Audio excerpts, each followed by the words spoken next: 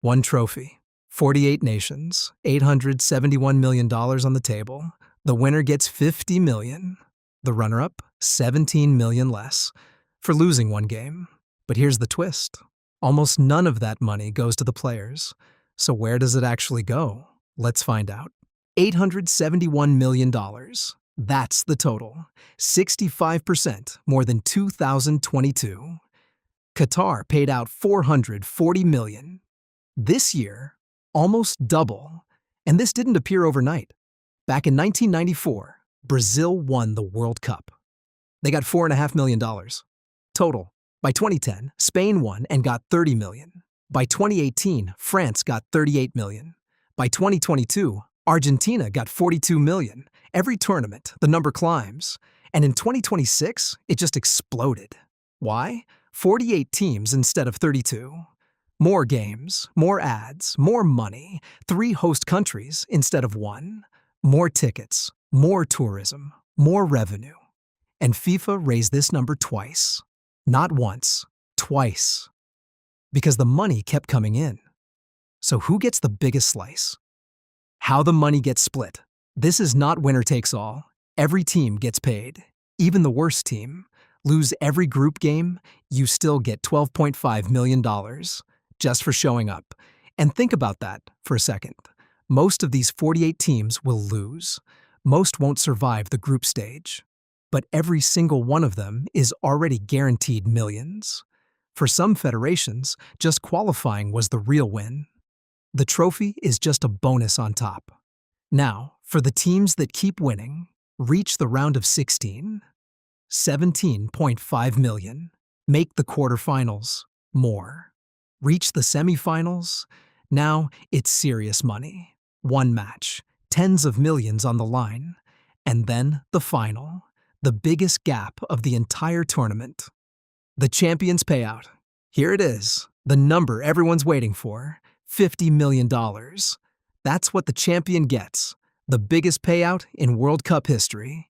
$8 million more than Argentina got in 2022. Compare that to 1994. Brazil's $50 million champion check today is more than 10 times what they got just 30 years ago. The runner-up gets $33 million. Read that again. $17 million. For one match. For 90 minutes. But that $50 million doesn't go to the players.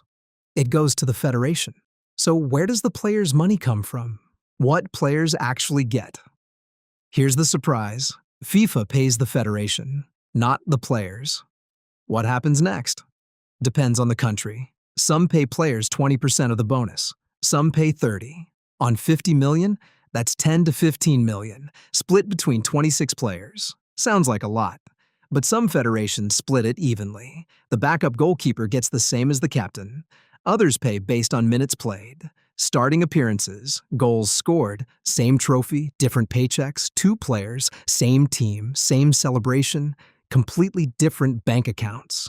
And for players from smaller countries, this bonus could be more than their entire club salary. For years, sometimes for an entire career. Remember that $12.5 million minimum? For a player from a small football nation, his share of that could be the biggest payday of his life. Win or lose. The bonus nobody talks about, but wait, there's more money. Money most fans have never heard of. $355 million, paid not to countries, to clubs. Why? Because clubs lose their best players for 6 weeks. Injury risk, fatigue, lost form. So FIFA pays the clubs back. More players at the World Cup, more money for that club. In 2022, this program paid out around $209 million. Now it's $355 million, up again. Same pattern as everything else in this story. The numbers only go one direction, up. Which means the real winners might not even be the national teams. It might be the European super clubs, getting paid no matter who wins. Is $871 million even a lot? Let's compare. Champions League final winner, around $25 million from one match.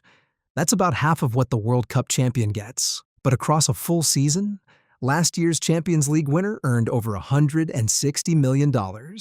Total. World Cup federations don't get close to that. not even as champion. Now, American sports, NFL Super Bowl bonus, $150,000 to $200,000 per player. NBA championship bonus, even smaller, tens of thousands, a rounding error. For NFL and NBA stars, this is pocket change. For many World Cup nations, this is everything. The fact that changes everything. Here's the wildest part. A team that loses every single game, group stage, out in 2 weeks, still walks away with $12.5 million. For some countries, that's more than their entire yearly football budget.